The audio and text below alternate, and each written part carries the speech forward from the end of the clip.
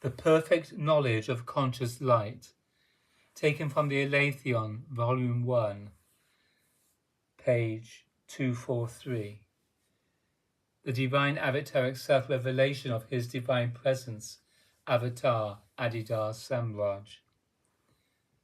Unenlightened human beings are characteristically involved in trying to find out if there is something greater in life so that they can feel better about conditionally apparent existence.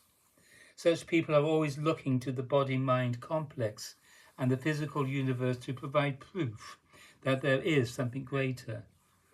Neither the body-mind complex nor the entire realm of conditionally manifested appearances will ever provide such proof, because neither the body-mind complex nor the realm of conditionally manifested appearances is the source position in which you, in reality, stand.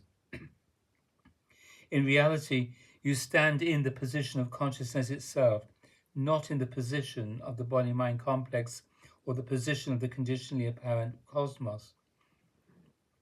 If you are established profoundly in the position of consciousness itself, you will realize its true status, and therefore the true status of all conditionally apparent beings, things, and events. In the most perfect stand of consciousness itself, there is no me, no someone egoically self-identifying with the body, no subjective awareness somewhere inside, being confronted by the outside world of apparently objective conditional manifestation. In the most perfect stand of consciousness itself, you realize directly and intrinsically by means of my divine avatarics transcendental spiritual grace, that you stand in the indivisible domain of infinite energy, and you realize that every conditionally apparent being, thing, and event is simply an apparent modification of infinite energy.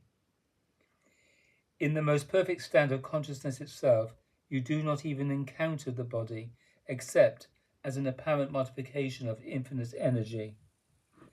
In contrast from the egoic point of view of the first three stages of life, the body is encountered as solid stuff, solid me. From that point of view, the body is not encountered as an apparent modification of infinite energy. Rather, in the disposition of the first three stages of life, the body is the point of view from which even consciousness itself is examined. From that disposition, all references that are made to consciousness itself are made from the point of view of egoic self-identification with the body. All of that is itself an intrinsically false view of conditionally apparent existence. You must have a right understanding of conditionally apparent existence. In the position of self-existing consciousness itself, everything that arises to consciousness itself is perfectly known to be a merely apparent, non-necessary, and intrinsically non-binding modification of the self-radiant energy of self-existing consciousness, or of the one and indivisible conscious light that is reality itself. Even the most solid forms of only apparent modifications of self-existing and self-radiant energy or conscious light from the position of consciousness itself. This is intrinsically self-evident. In contrast, from the point of view of the body-mind complex, it is not at all self-evident what the status of individual conscious awareness is, or what the status of anything or any conditionally apparent state of being is. From the point of view of the body-mind complex, everything is just stuff, thingness, separateness, or all of mere self and not self. Apart from most perfect divine self-realization, the divine status of conditionally apparent existence is not intuited or presumed.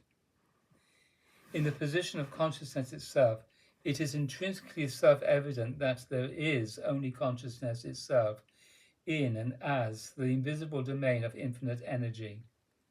All kinds of beings, things, and events are arising conditionally, but they are only apparent modifications of the self-radiant energy of self-existing consciousness, or divine and one and indivisible and perfectly egoless and perfectly a causal conscious light. This is perfect knowledge. This is the knowledge that is most perfect, divine enlightenment. Da, da, da.